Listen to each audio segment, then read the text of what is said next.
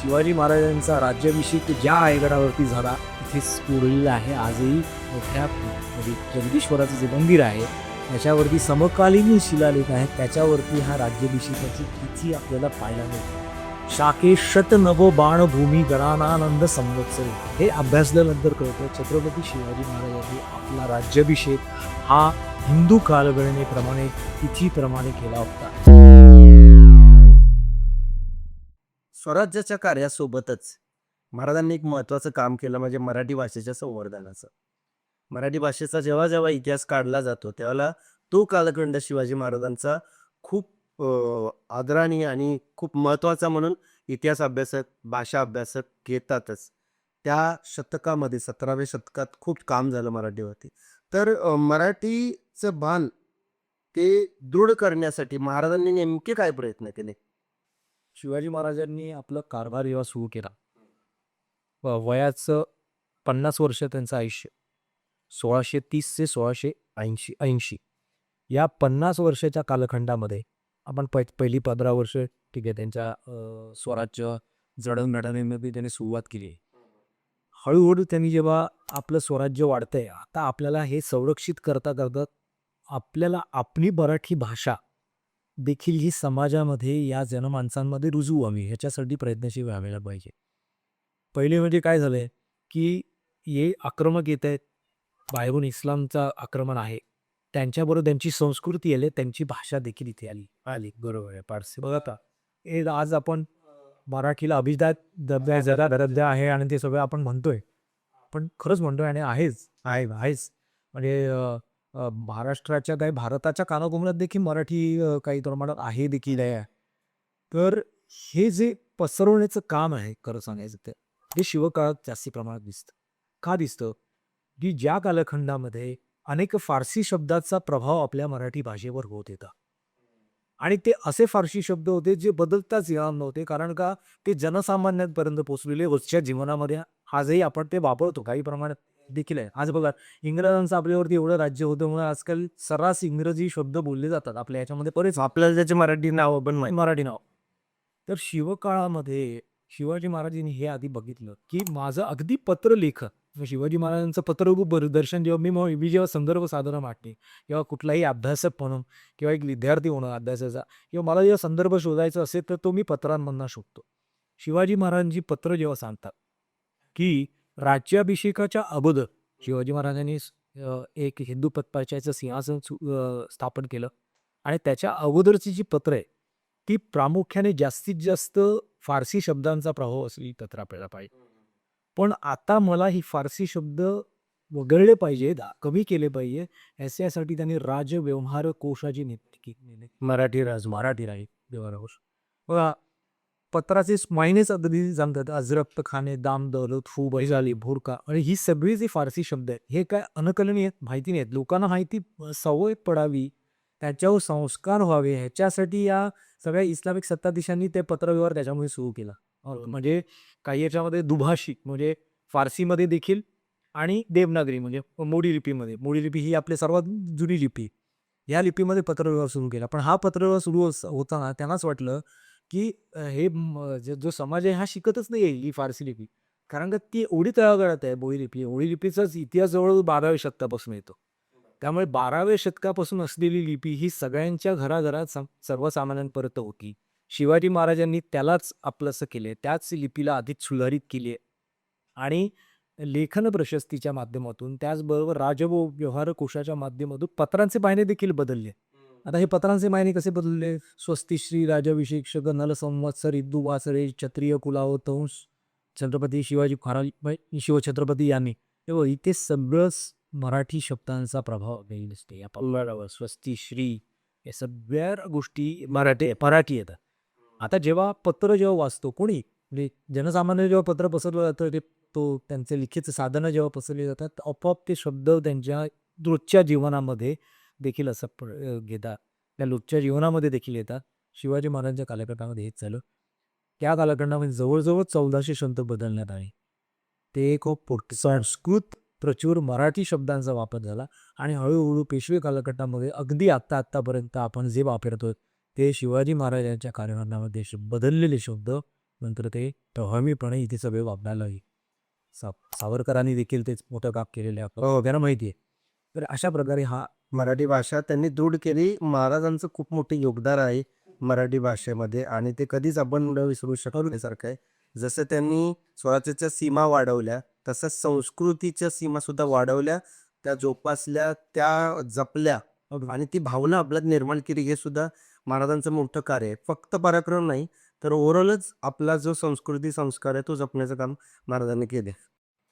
तुम्ही बऱ्याचशा गोष्टी सांगितल्या, की फारसीच्या ऐवजी मराठीसाठी कसं केलं वगैरे, वगैरे आणि तुम्ही बोलता-बोलता उल्लेख केला राज्याभिषेकाचा.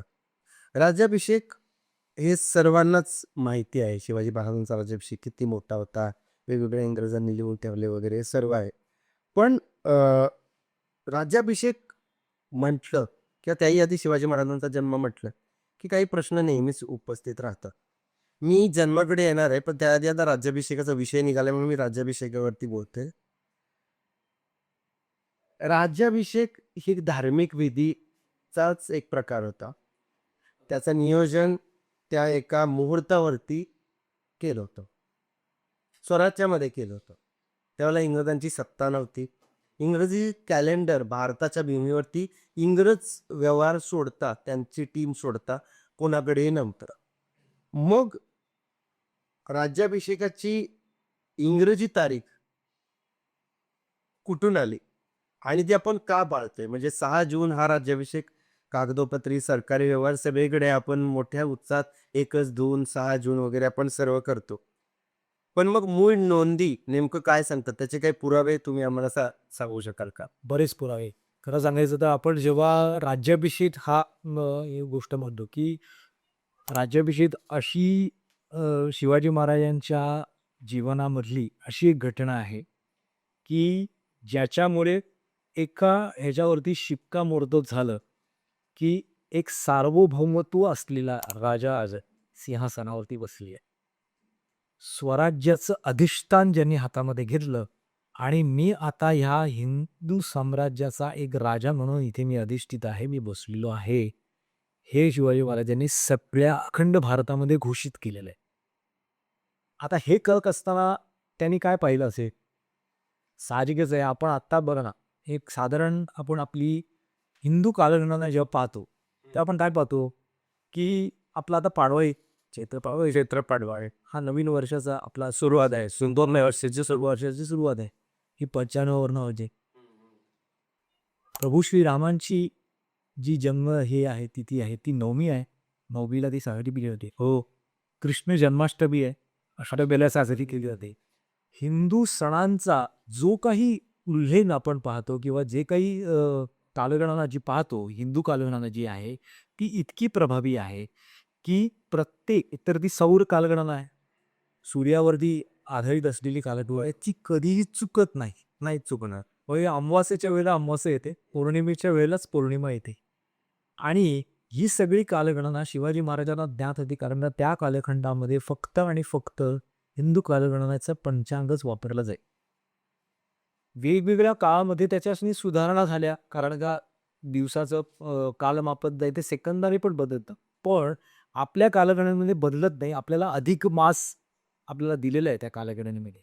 हे सगळं शिवाजी महाराजांना ज्ञात होतं.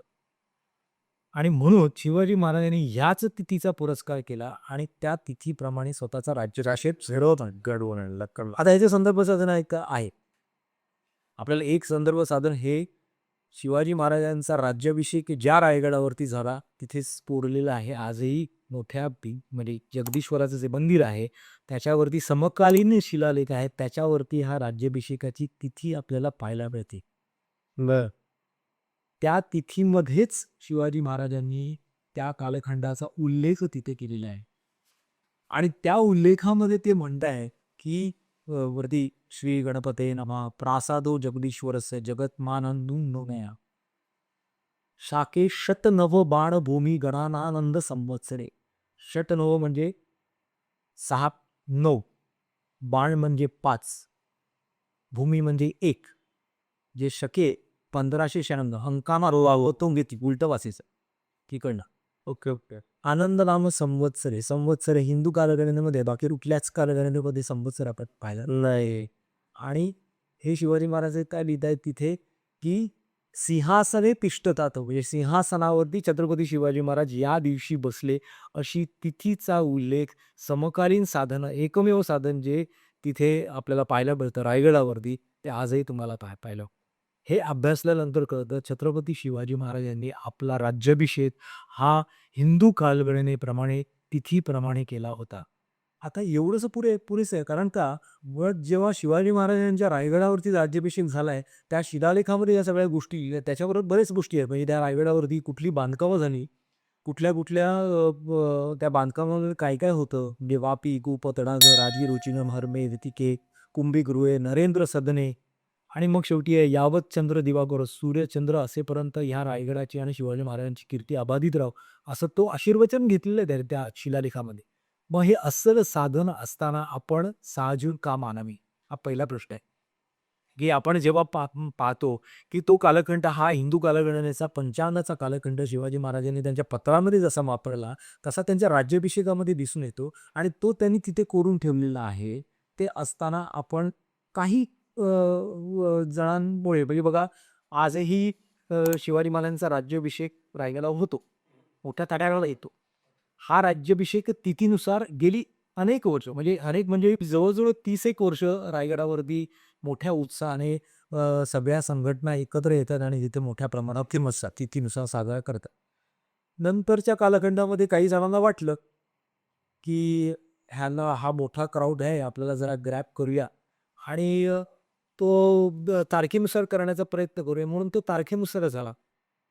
आता काय झालंय, ह्याच्यामध्ये संभ्रम निर्माण झाला, की तारखेनुसार जायचंय की तिथीनुसार जायचंय.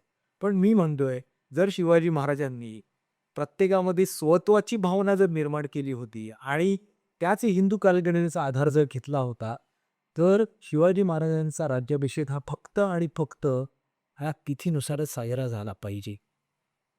ज्येष्ठ शुद्ध त्रयोदशी 1596 या दिवशी आनंदराम संवत्सरे या दिवशी शिवाजी महाराजांचा राज्याभिषेक झाला होता, असं त्यांच्या पत्रामध्ये, म्हणजे आपण शककर्ते शिवराय म्हणतो छत्रपती शिवाजी महाराजांना. एका ठिकाणी आपण शककर्ते म्हणायचं आणि दुसऱ्या ठिकाणी छत्रपती शिवाजी महाराजांचा राज्याभिषेक असू दे, जयंती असू दे, ते आपण ह्याच्यामध्ये साजरी करायची.